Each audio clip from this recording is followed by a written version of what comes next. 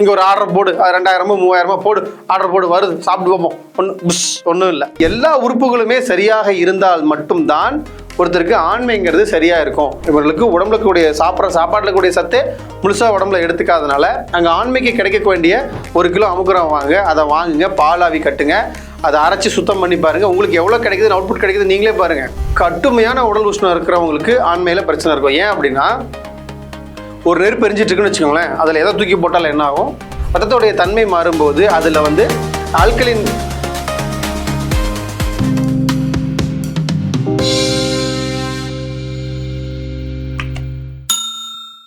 அனைவருக்கும் வணக்கம். நான் உங்கள் ஹீலர் சக்திவேல் யுவராஜ் பேசுகிறேன். இம்பார்ட்டன்ஸ் ஆண்மை குறைவுக்கான பதிவு தான் இது. முழுமையான விழிப்புணர்வுக்கான பதிவு இது. இப்போ நம்ம ஆண்மை அப்படிங்கிறது எப்படி உடம்புல ஒர்க் ஆகுது அப்படிங்கிறத நம்ம பார்க்கணும். இப்போ நீங்கள் ஒரு ஆபாச படம் பார்த்தாலும் சரி, இல்லை ஒரு பெண்ணை பார்த்து ஈர்க்கப்பட்டாலும் சரி, அவங்களோட பேசும்போது அவங்களுடைய அந்த ஈர்ப்பு ஏற்பட்டாலும் சரி, எப்படி ஒரு ஆணுறுப்பு டக்குன்னு விரைப்புத்தன்மை அடையுது அப்படின்னு பார்த்தீங்க அப்படின்னா, பிரெயின் மூளையில் பார்த்தீங்கன்னா டோபமைன், செரோட்டோனின் அப்படிங்கிற 2 ஹார்மோன்ஸ் இருக்கும். அந்த சுரப்பிகளால் என்ன ஆகுதுன்னு பார்த்தீங்கன்னா, பிட்யூட்டரி கிளாண்டுக்கு சிக்னல் கிடைக்கும். ஹைபோதாலமஸ்ங்கிற ஒரு இடத்துக்கு சிக்னல் கிடைச்சதுக்கு அப்புறம் பிட்யூட்டரி கிளாண்டுக்கு சிக்னல் வரும். அங்கிருந்து கீழே நம்மளுடைய இனப்பெருக்க உறுப்புக்கு சுரக்கக்கூடிய LH, அதாவது லூட்டனைசிங் ஹார்மோனுங்கிற அப்படி ஹார்மோனுக்கு ஒரு சிக்னல் கிடைக்கும். அங்கிருந்து உருவாகிறது தான் டெஸ்டோஸ்டிரான். டெஸ்டோஸ்டிரான் சுரக்க ஆரம்பிச்சதுக்கு அப்புறம் தான் விந்தணுக்கள் நல்லா உற்பத்தியாக ஆரம்பிக்கும். ஒரு ஆண்மகனுக்கு அந்த எழுச்சிங்கிறது ஏற்படுதுங்கிறப்ப மூளையிலிருந்து இத்தனை ப்ராசஸ் நடந்ததுக்கு அப்புறம் தான் அவங்களுக்கு விரைப்புத்தன்மைங்கிறதே நடக்குது. ஸோ அந்த விரைப்புத்தன்மை நடக்கும்போது உறுப்பு பெருசாகிறப்ப என்ன ஆகும்னு பார்த்தீங்கன்னா, இதயம் என்ன பண்ணும் அப்படின்னு பார்த்தீங்கன்னா, நல்ல ரத்தத்தை பம்ப் பண்ணி கொடுக்கும். நல்ல ரத்தத்தை பம்ப் பண்ணி கொடுக்குறப்ப என்ன ஆகும்னா, ஆணுறுப்பு பருக்க ஆரம்பிக்கும். அதாவது பெருகாது, அதாவது பெருசாகிறது ஃபுல் டெம்பர் ஆகிறது. ஓகேங்களா? ஸோ இதுதான் அந்த இடங்குள்ள நடக்கக்கூடிய அந்த வித்தின் செகண்டுக்குள்ள இத்தனை ப்ராசஸும் நடந்தாதான் அங்கே ஆணுறுப்பு டெம்பர் ஆகும். இதில் என்னென்ன மாதிரியான சம்பவ விஷயங்கள் இருக்குங்கிறது நம்ம முதல்ல தெரிஞ்சுக்கலாம். முதல்ல நுரையீரல். நம்ம என்ன பண்ணுறோம், நல்லா காற்று சுவாசிக்கிறோமா? அப்போ நல்ல காற்று சுவாசிக்கும் போது இந்த ஆக்சிஜன், இந்த நுரையீரல் என்ன பண்ணோம், நல்ல ஆக்சிஜனை எடுத்து ரத்தத்தில் கலந்து விடும். ரத்தத்தில் கலக்கிறப்ப என்ன ஆகும்னு பார்த்தீங்கன்னா, கரெக்டாக இதயம் என்ன ஆகும்னா, ரத்தத்தை நல்லா பம்ப் பண்ணி கொடுக்கும், எல்லா உறுப்புகளுக்கும் போகிற மாதிரி. அதே மாதிரி ஆணுறுப்புகளுக்கு நல்லா பம்பிங் பண்ணி கொடுக்கும். ஓகேங்களா? அப்போ கல்லீரலுங்கிறது என்ன பண்ணும் அப்படிங்கிறப்ப ஆண்மையில் என்ன ஆகும்னா, இப்போ டைமிங் அதிகமாக இருக்குது, ஒருத்தருக்கு 2லேருந்து 2 நிமிஷத்துக்கு மேலே ஒரு 1/4 மணி நேரம் 20 நிமிஷம் இயற்கையாக டைமிங் இருக்குது அப்படின்னா, அங்கே கல்லீரல் ஒரு நல்ல சப்போர்ட் கொடுக்குதுன்னு அர்த்தம். கடைசியாக கிட்னியோட வேலை என்ன அப்படின்னு பார்த்தீங்கன்னா, ஆர்கசம், உச்சக்கட்ட இன்பத்தை கொடுக்கறது சிறுநீரகத்தோடைய வேலை. ஸோ அப்படிங்கிறப்ப எல்லா உறுப்புகளுமே சரியாக இருந்தால் மட்டும்தான் ஒருத்தருக்கு ஆண்மைங்கிறது சரியா இருக்கும். ஒரு சிலருக்கு வீசிங், ஆஸ்துமா தொந்தரவு இருக்கிறவங்களுக்கு என்ன ஆகும்னா, இங்கே ஆண்மை வேலை செய்யாது. மூளையில் பிரச்சனை இருக்கவங்க, சைக்காலஜிக்கல் டேப்லெட் சாப்பிட்றவங்க, இந்த சைக்காலஜிக்கலாக ரொம்ப பாதிக்கப்பட்டவங்களுக்கும் ஆண்மை வேலை செய்யாமல் இருக்கும். அடுத்தது இதயம், அதாவது இதயம் சார்ந்த தொந்தரவு இருக்கிறவங்களுக்கும் ஆண்மை வேலை செய்யாமல் இருக்கும். கல்லீரல் சார்ந்த பிரச்சனை இருக்கவங்க, சிறுநீரக சார்ந்த இந்த யூரிக் ஆசிட், இந்த யூரியா கிரேட்டின் எல்லாம் கூட இருக்கிறவங்களுக்கும் ஆண்மை முழுமையாக இங்கே வேலை செய்யாது. ஓகேங்களா? ஸோ அப்படிங்கிறப்ப இதில் உடம்புல இருக்கக்கூடிய எல்லா உறுப்புகளையும் நம்ம சரியாக வச்சுக்கும் போது மட்டும்தான் நமக்கு இங்கே என்ன நடக்குது அப்படின்னா, ஆண்மைங்கிறது சரியாக நடக்குது. அப்போ இன்னும் யாருக்கெல்லாம் இந்த பிரச்சனை இருக்குன்னு பார்த்தீங்கன்னா, குறிப்பாக டயபெட்டிஸ் இருக்கிறவங்களுக்கு ஏன் அந்த பிரச்சனை வருது அப்படின்னா, இப்போ நம்ம சாப்பிட்ற சாப்பாட்டில் இருக்கக்கூடிய சத்தை இந்த உடம்பே பிரிச்சுக்கு எடுத்துக்க முடியாதனோட விளைவு தான் அவங்க சர்க்கரைக்கு மாத்திரை போட்டு இது பண்ணிருக்கனால அவங்களுக்கு எந்த இடத்துலையுமே முழுமையாக வேலை செய்யாதது. இவர்களுக்கு உடம்புல கூடிய சாப்பாட்டில் கூடிய சத்தை முழுசா உடம்புல எடுத்துக்காதனால அங்கே ஆண்மைக்கு கிடைக்க வேண்டிய அந்த நரம்பு மண்டலங்களுக்கு, மூளைக்கு, இருதயத்துக்கு கிடைக்கக்கூடிய எனர்ஜி, எந்த எனர்ஜியும் முழுசா போய் சேராததுனால தான் அவங்களுக்கு அங்கே பிரச்சனை ஏற்படுது. அப்போ எப்போ அவங்கள சரி பண்ணலாம் அப்படின்னா, சர்க்கரைக்கு மருத்துவம் எடுத்து சர்க்கரையோட அளவை குறைச்சி நார்மலுக்கு கொண்டு வரணும். சர்க்கரையிலேருந்து அவங்க மீண்டு வந்ததுக்கு அப்புறம் தான் அவங்களுக்கு மருத்துவம் கொடுத்து நம்ம சர்க்கரையால் ஆண்மை இழந்திருக்காங்க இல்லையா, அந்த இழந்த ஆண்மைக்கும் தனியாக மருத்துவம் இருக்குது. அதுக்கப்புறமேட்டு தான் அவங்களுக்கு ஆண்மைக்கே மருந்தும் கொடுக்க முடியும். ஸோ இது ஸ்டேஜ் பை ஸ்டேஜாக தான் போய் குணப்படுத்த முடியும். ஸோ அப்படிங்கிறப்ப இது பெரிய ப்ராசஸ். அடுத்தது ப்ரெஷர் இருக்கிறவங்களுக்கும் இந்த பிரச்சனை இருக்கும். ஏன் அப்படின்னா, அவங்களுக்கு உடம்புல இர்ரெகுலரான விஷயங்கள் நடக்கிறதுனால அவங்களுக்கு இந்த தொந்தரவு இருக்கும். அதுக்கப்புறம் தைராய்டு இஷ்யூ இருக்கிறவங்களுக்கு இருக்கும். அடுத்தது பாடி ஹீட்டு, கடுமையான உடல் உஷ்ணம் இருக்கிறவங்களுக்கு ஆண்மையில் பிரச்சனை இருக்கும். ஏன் அப்படின்னா, ஒரு நெருப்பு எரிஞ்சிட்டு இருக்குன்னு வச்சுக்கோங்களேன், அதில் எதை தூக்கி போட்டாலும் என்ன ஆகும், எரிஞ்சு தான் போகும். அதனால் இவங்களுக்கு என்ன உணவு சாப்பிட்டாலும் என்ன ஆகுன்னா, அது உடம்பு பெருசாக எடுத்துக்காது. ஸோ அப்படிங்கிறப்ப உடல் உஷ்ணத்தை, கடுமையாக இருக்கக்கூடிய உடல் உஷ்ணத்தை அப்படியே முழுமையாக குறைக்கணும்.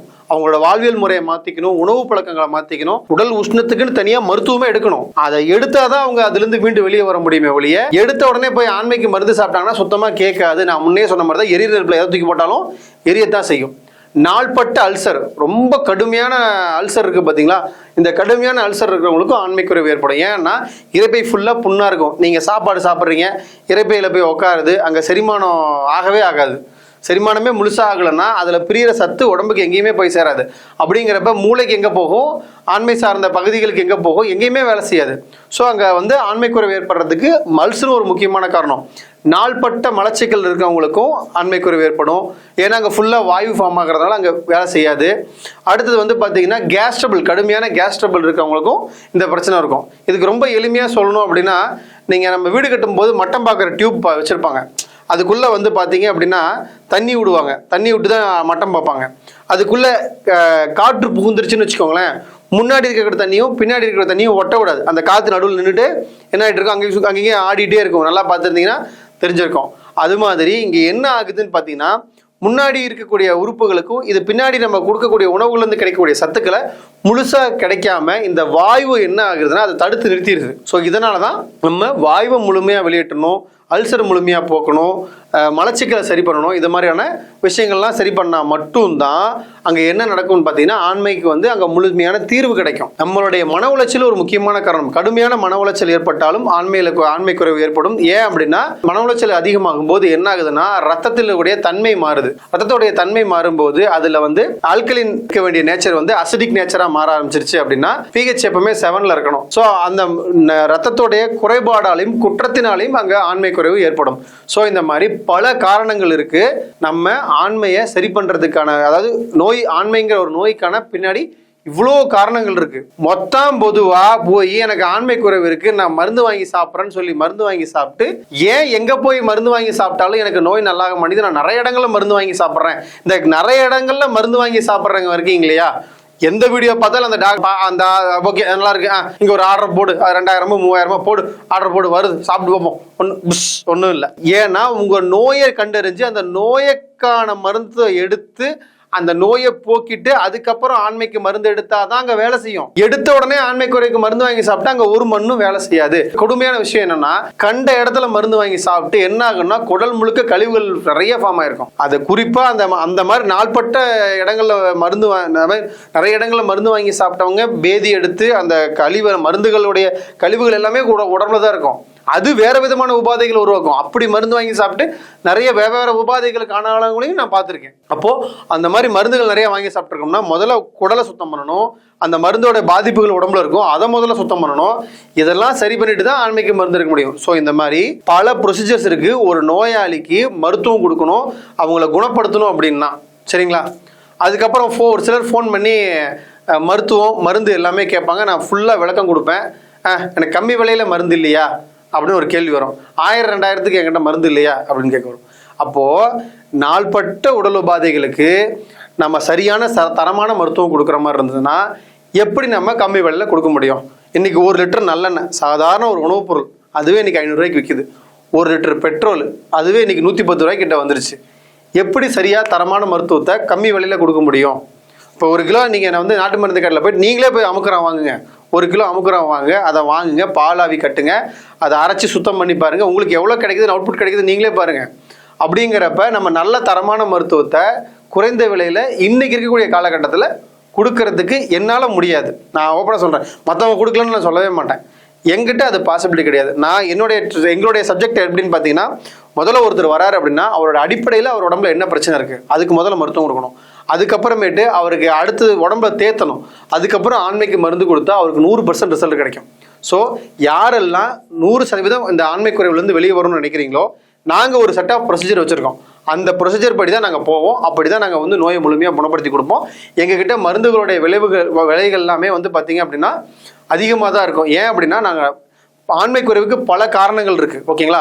ஒவ்வொரு காரணத்துக்காக ஒவ்வொரு மருந்தாக செஞ்சுட்டு இருந்தோம் அப்படின்னா நிறைய மருந்து செஞ்சுட்டு இருக்கணும். இப்போ எந்த குறையாக இருந்தாலும் டக்குன்னு சீக்கிரமாக அதுலேருந்து அவங்க ரிலீஃப் ஆகி வரணும் அப்படின்னா அதுக்கு தகுந்த மாதிரி நாங்கள் எல்லா பொருளையும் போடுறதுனால எங்ககிட்ட விலை கூடுதலாக இருக்கக்கூடியதுக்கான காரணத்தையும் நாங்கள் சொல்லிட்டோம், சரிங்களா. ஸோ என்கிட்ட மருத்துவம் எடுத்துக்கணும், எங்ககிட்ட மருத்துவம் எடுத்துக்கணும், எங்கள் கிளினிக்கில் வந்து நீங்கள் மருந்து வாங்கிக்கணும் அப்படின்னா தாராளமாக எங்களை நீங்கள் தொடர்பு கொள்ளலாம். கீழே டிஸ்பிளே இருக்கக்கூடிய வாட்ஸ்அப் நம்பருக்கு எனக்கு வாட்ஸ்அப் பண்ணுங்கள்.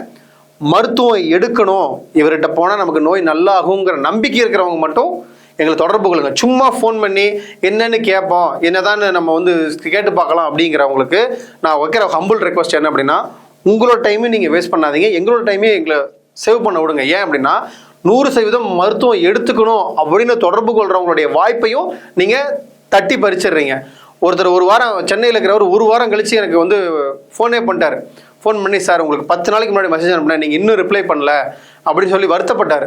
சார் ஒன்றும் இல்லை சார், தொடர்ந்து ஒரு மணி நேரத்துக்கு 50 கால் 100 கால் வருது, எங்களால் கால்ஸே அட்டன் பண்ண முடியல, அதனால தான் நீங்கள் வாட்ஸ்அப் பண்ணி வாட்ஸ்அப்லேயே ஒரு 500-600 பேர் மெசேஜ் அனுப்பியிருக்காங்க, இத்தனை பேருக்கு நான் ரெஸ்பாண்ட் பண்ணணும், என்னால் ரெஸ்பாண்டே பண்ண முடியல, எனக்கு அவ்வளோ, ஏன்னா அவ்வளோ அன்றைக்கி 2-3 நாளைக்கு எங்களுக்கு தலைவலியே எடுத்துக்கும், கண்ணெல்லாம் எரிச்சல் எடுத்துக்கும், தலைவலி எடுத்துக்கும், காது வலி எடுத்துக்கும், எங்களுக்கே மன உளைச்சல் கடுமையாக இருக்கும் அந்த நேரத்தில்.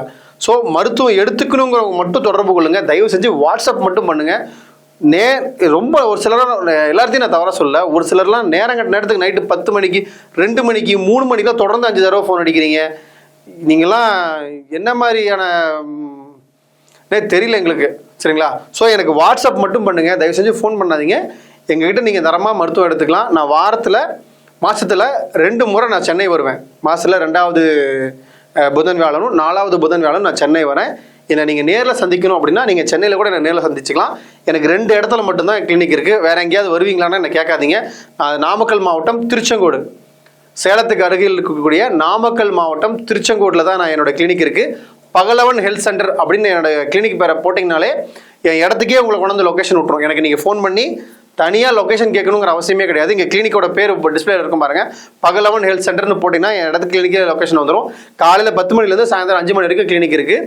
நீங்கள் என்ன நேரில் சந்திக்கணும்னாலும் தாராளமாக வரலாம். வாரத்தில் 7 நாள் கிளினிக் உண்டு. ஸோ என்னுடைய விஷயங்கள் நான் உங்களுக்கு தெளிவாக எக்ஸ்பிளைன் பண்ணிட்டேன். இந்த மாதிரியான யூஸ்ஃபுல் இன்ஃபர்மேஷனுக்கு நீங்கள் யோகம் சேனலை சப்ஸ்கிரைப் பண்ணுங்கள். நன்றி, வணக்கம்.